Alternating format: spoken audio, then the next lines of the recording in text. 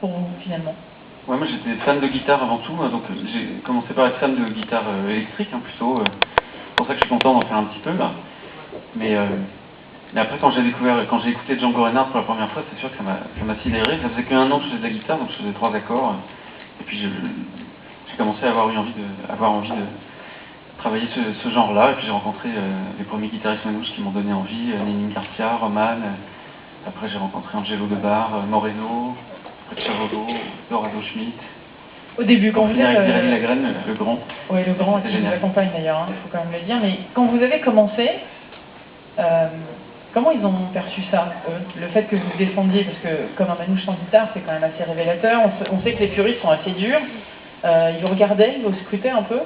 Non, mais en fait, le style jazz manouche, c'est vraiment que de la guitare, il n'y a pas de chanson en fait, vraiment. Donc, je sais pas comment vous dire, moi c'est mon truc, c'est la guitare manouche, j'adore ça, je rêverais de jouer super bien de la guitare, comme tous ceux que j'ai cités, j'ai oublié Stockel Rosenberg aussi dans le tas. Mais comme j'ai eu envie de créer un spectacle, c'était avec Mathieu Chédid qui m'avait aidé à faire la mise en scène, à présenter plein de gens, c'était il y a 6 ans ou un truc comme ça. Et avec les copains, déjà, on avait commencé à faire un spectacle avec de l'humour, des choses variées, des instrumentaux, faire participer les gens, puis de fil en aiguille, ça m'a donné envie de chanter. Mais en fait,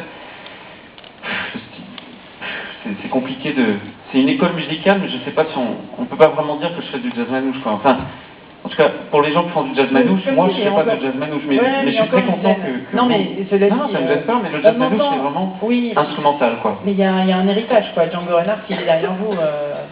Oh là, si seulement, j'aimerais bien, mais c'est sûr. Ça fait combien de temps que vous êtes en musicien? En tout cas, c'est sûr qu'il y a beaucoup de musiciens qui viennent un petit peu du. Enfin, il y a plusieurs musiciens dans mon groupe qui viennent du jazz, donc qui aiment plein de super musique. Et voilà, et donc c'est marrant de tous ensemble aller vers un répertoire plus pop-rock. C'est pour ça qu'on s'amuse bien. Bon, cela dit, on parlait de Mathieu Chédid tout à l'heure, c'est marrant parce que c'est un très très grand guitariste aussi, Mathieu. Il est fan de guitare aussi, et alors c'est pareil, il faut venir le voir sur scène. C'est vraiment un des meilleurs, pour moi c'est le meilleur guitariste français, Gadjo. Il pense quoi de vous, Mathieu? Vous lui avez demandé, non, en termes de guitare? Non, je sais pas.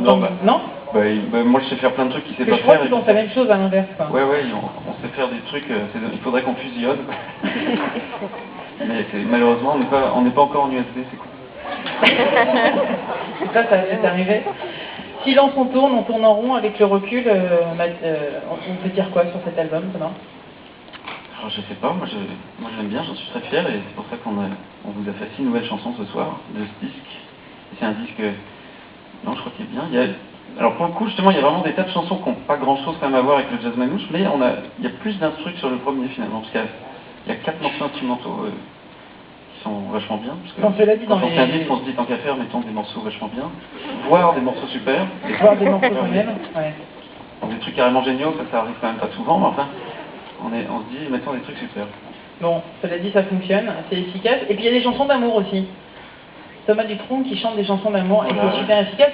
Et moi, franchement, je le dis, j'ai halluciné du nombre de fans que vous avez, quoi. C'est-à-dire qu'à un moment, on s'est demandé si on n'allait pas pousser